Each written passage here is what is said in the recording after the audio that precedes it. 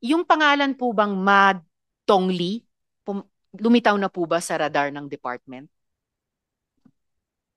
Madam Chair, I will defer, Madam Chair, to our Acting Director Van Pongwi with the respect to I, I I I believe it has, but All right, let's hear it straight I from the will acting director in charge. Yes, Acting Director Pangwi, please, if you could take the mic again.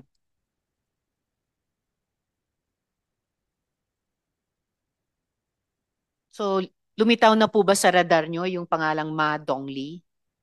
Good afternoon, Madam Chair. The name Ma Dongli so far as for consular has not yet been raised. Mhm. Normally for consular, we deal, if not for passports, for visa applications, but as for info, it hasn't been raised yet. Okay. Pero nakita nyo naman sa photos namin, sangkatutak na visas na ang natanggap nitong Ma Dongli. Tulad ng sangkatutak na visas ni Shi Zhejiang from at least three sources, including CESA and two other sources. Yes, ma'am. We take note of this. For the information of the body, Madam Chair, the DFA only issues tourist entry visas into the country. And normally, before we issue entry visas, we need to get clearance from two other agencies, the Bureau of Immigration and the National and NICA, before we issue from our foreign service posts visas, tourist visas for entry to the Philippines. Upon entry to the Philippines, it's up to the other agencies whether they will grant other SRIVs or other visas for longer stay here in the country. Salamat, Director Pangwi, which brings home the point again and again na ang gulo-gulo kasi ang dami-dami nating ahensyang nag-i-issue ng visas tapos walang consolidation sa database, walang checking, cross-referencing, kaya nalulusutan ang isa o ilan until it comes to an investigation like this in the Senate. Kaya matagal na ring nasisilip ng aming komite na yun yung isang remedial legislation para i-tighten at isara yung mga gaps sa ating mga institusyon at sa ating mga proseso tulad ng visa issuance. Yes, Senator Sherwin. Madam Chair, si Ma Dongli is not, hindi siya bago sa bansa natin. In fact, checking the flights from 1995 to 2018, he traveled to the Philippines 37 times. No? And then si She Zhejiang, hindi na rin bago sa atin. From 2011 to 2020, he traveled to the Philippines 21 times. No? So, labas-pasok sila sa ating bansa. And we all know that si Mr. She nakulong sa Thailand for the same crimes, no? Human trafficking, scamming, and other criminal activities. Ma Dongli is a partner of Mr. She in the Yatay Myanmar company which operates yung Pogo Hub sa Myanmar. No? So, in other words, magkasama itong dalawang to. Thank you. Thank you, Senator Sherwin. At hindi rin bago sa ating komite yung pangalang Yatay kasi yun yung pinagtrabahuan nung 11 mga Pilipinong na human traffic. Akala nila papunta silang trabaho sa Bangkok, tinraffic sila dun sa Shwekoko region sa Myanmar, sa Yatay din. At dun sila kinailangang i-rescue noon ng mga international NGOs, mga anti-trafficking advocates sa Myanmar, Thailand border at ng ating Philippine Embassy, hindi sa Yangon pero sa Bangkok. Kasama nung ilang mga kasamahan natin dito sa Senado. So, Madam Chair? Yes, Senator De La Rosa. Meron ba tayong BI dito? Meron po. Actually, sila yung susunod na tatanungin ko. Alright, Yes. you may take first crack at it, Yeah, Senator De La Rosa. Yeah, Madam Chair. Attorney Biado, Yes, boss. nakita na naman niyo yung mukha ni Madong Lee.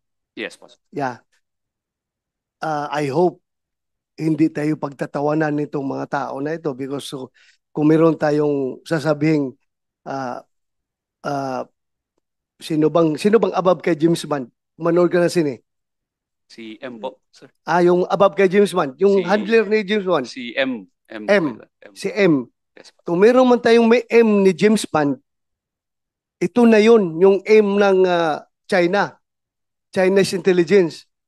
Sana huwag tayong pagtatawanan nito mga tao na ito pabalik-balik sa Pilipinas.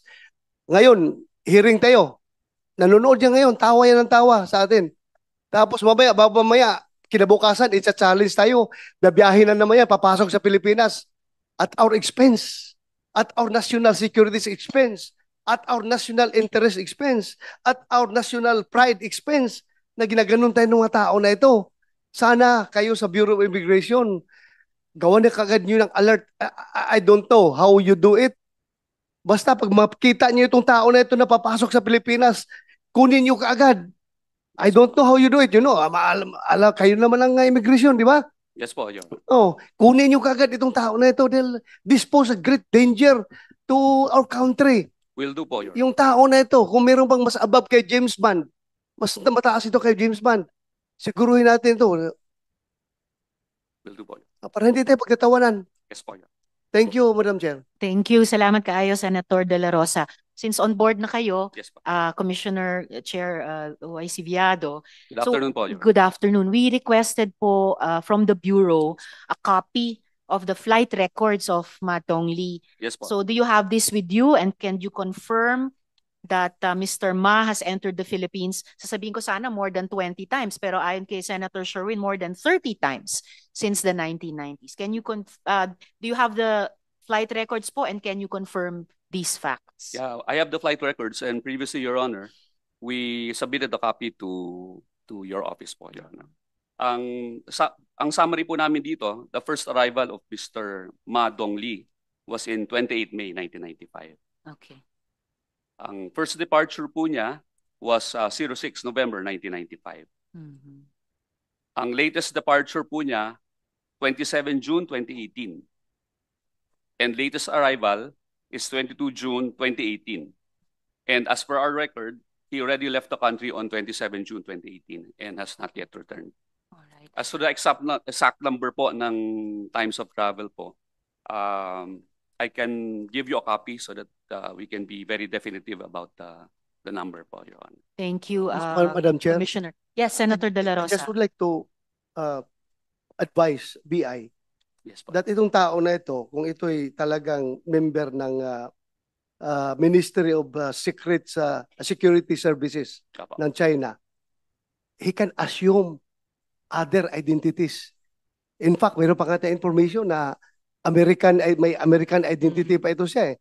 So, siguro, as far as your official record is concerned, as Madong Lee. Lee, Adong Lee. yun lang hanggang 2018.